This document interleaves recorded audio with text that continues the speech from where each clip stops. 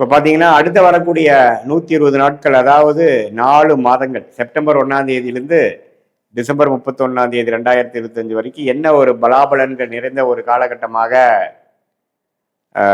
துலாம் ராசிக்காரர்களுக்கு இருக்க போகிறதுங்கிறது நம்ம சயின்டிஃபிக் வேதிக் அஸ்ட்ராலஜி முறையில் நம்ம பார்க்க போகிறோம். இப்போ பார்த்தீங்கன்னா மாத கிரகத்தின் சஞ்சாரங்கள் வந்து சனி 6ஆம் இடத்தில், குரு 9ஆம் இடத்தில் இருக்கிறார், ராகு 5ஆம் இடத்தில், கேது 11ஆம் இடத்தில் இருக்கிறார். ஸோ இது எப்படி ஒரு அமைப்புனா, ராகை குரு பார்க்குறார். அதனால பாருங்க, உங்களுக்கு 5ஆம் இடத்துல இருக்கக்கூடிய புத்திரஸ்தானத்தில் ராகு இருந்தாலும் குருவால் பார்க்கப்படுகிறது. வந்து குழந்தைகள்னால் சில விஷயங்கள் மிக்சடான இருக்கும். சில பேர் மெனக்கிடக்கூடிய அமைப்புகள், குழந்தைகளுக்கு மெனக்கிடக்கூடிய அமைப்புகள், சில பேர் குழந்தைங்களால சில பெனிஃபிட்ஸு, அவங்களை வெளிநாடு அனுப்புறது, கொஞ்சம் அடுத்த லெவல் ஆஃப் படிப்பு விஷயத்துக்காக நம்ம கொஞ்சம் மெனக்கெடுக்கிறது, ஃபினான்ஸ் பண்ணுறது, பேங்க் லோன் போகிறது, அவங்களுக்காக நீங்கள் கொஞ்சம் அலையிறது, அதெல்லாம் கொடுக்கக்கூடிய அமைப்புகள் உண்டு.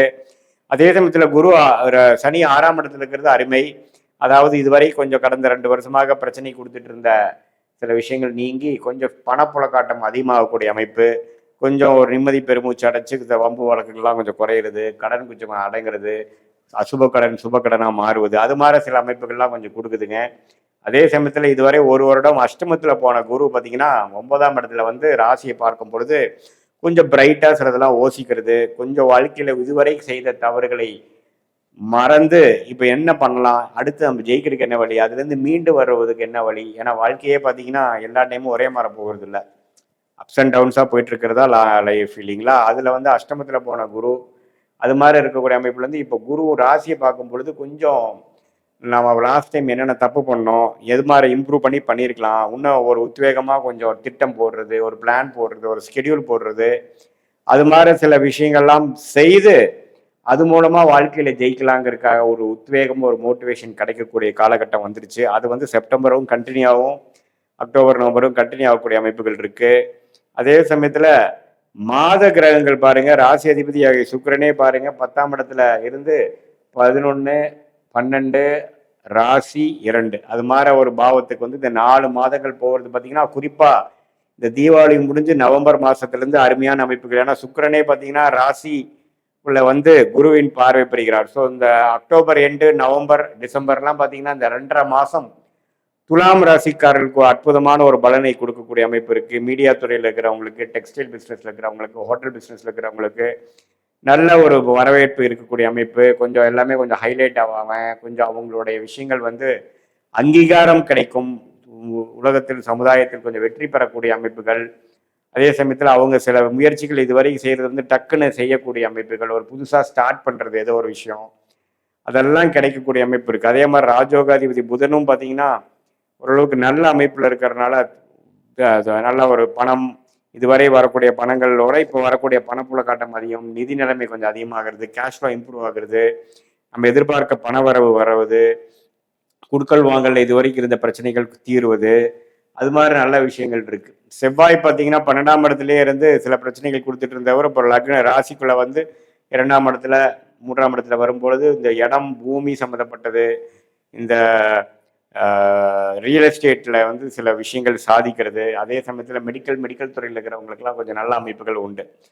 ஸோ செவ்வாயின் சஞ்சாரம், சுக்கிரனின் சஞ்சாரம் பரவாயில்லையே. அதே சமயத்தில் புதன் சூரியனும் பார்த்தீங்கன்னா எந்த விதத்திலையும் பாதிப்பு இல்லாமல், சனி பார்வையெல்லாம் பெறாமல் நல்லா இருப்பதனால ஓவராலாக பார்த்தீங்கன்னா இந்த 4 மாதம் பார்த்தீங்கன்னா எப்படி வந்து இந்த மே மாதத்துலேருந்து ஓரளவுக்கு படிப்படியாக நீங்கள் கொஞ்சம் போன வருஷம் கம்பேர் பண்ணுறப்போ கொஞ்சம் மன உற்சாகத்தோட கொஞ்சம் தெளிவோட கொஞ்சம் செயல்படுறீங்களோ, அதுலேயே கொஞ்சம் கண்டினியூ ஆகக்கூடிய அமைப்பு, அடுத்த லெவலை நோக்கி போகக்கூடிய அமைப்பு, ஒரு கோல் அச்சீவ் பண்ணிட்டோம்னா அடுத்த கோல் போகக்கூடிய அமைப்பு, இது மாதிரி பல விஷயங்கள் கொடுக்கக்கூடிய ஒரு அமைப்பை வந்து தருகிற அமைப்பு வந்து இருக்கு.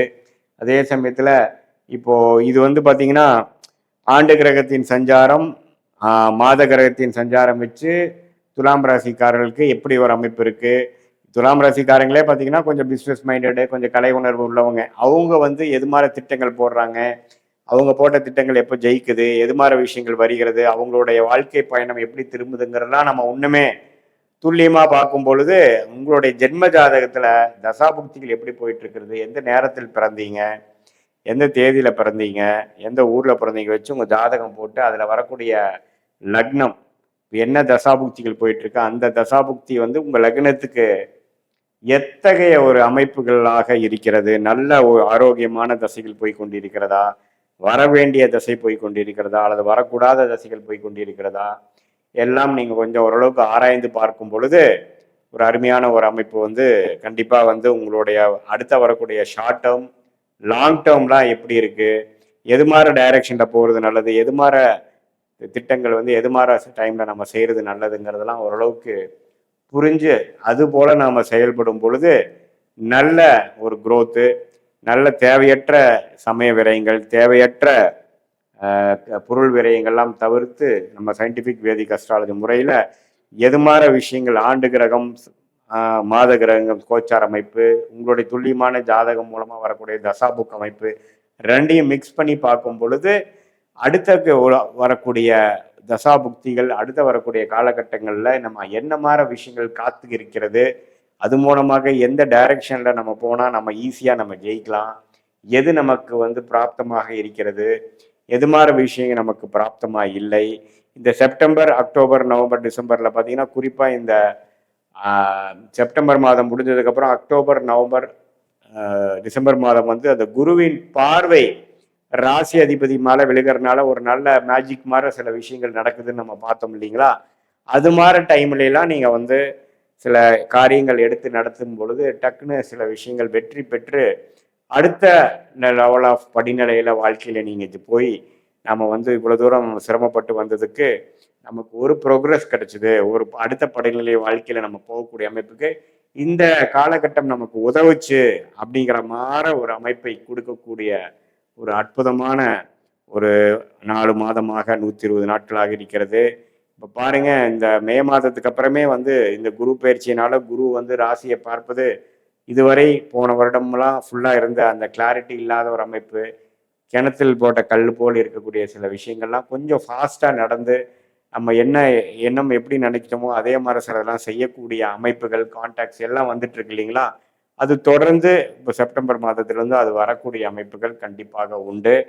ஸோ இது மாதிரி விஷயங்கள் நாம் வந்து ஜென்ம ஜாதகத்தில் வரக்கூடிய தசாபுக்திகளும் அதே சமயத்தில் கோச்சார அமைப்பும் இந்த பயிற்சி பலனும் ரெண்டு மிக்ஸ் பண்ணி பார்க்கும் பொழுது இன்னுமே நம்ம எது மாதிரி பலாபலன்கள் நாம் வந்து கரெக்டாக வரும், எது செய்யலாம், எது செய்யக்கூடாது, எது நமக்கு பிராப்தமாக இருக்குதுங்கிற திட்டங்கள்லாம் நம்ம ஓரளவுக்கு தீட்டி அதுக்கு தகுந்த மாதிரி வாழ்க்கையில் நம்மளுடைய ஒரு ஆக்டிவிட்டியும் காய்களை நகர்த்தும் பொழுது தேவையற்ற பொருள் விரயம், தேவையற்ற சமய விரயங்கள்லாம் தவிர்த்து நமக்கு வந்து எந்த மாதிரி ஆப்ஷன் கையில் இருக்குது, அதில் பெஸ்ட் ஆப்ஷன் என்ன, எது மாதிரி விஷயங்கள் போனால் நமக்கு வந்து எளிதில் வெற்றி பெறலாம், எது நமக்கு வந்து எதிர்நீச்சலாக அமையும் அப்படிங்கிறதெல்லாம் தெரிந்து நம்ம செயல்படும் போது நம்ம எளிதில் ஜெயிக்க முடியும் அப்படிங்கிறது நான் சொல்ல விரும்புகிறேன். மீண்டும் மற்றொரு காணொலியில் சந்திப்போம். நன்றி, வணக்கம்.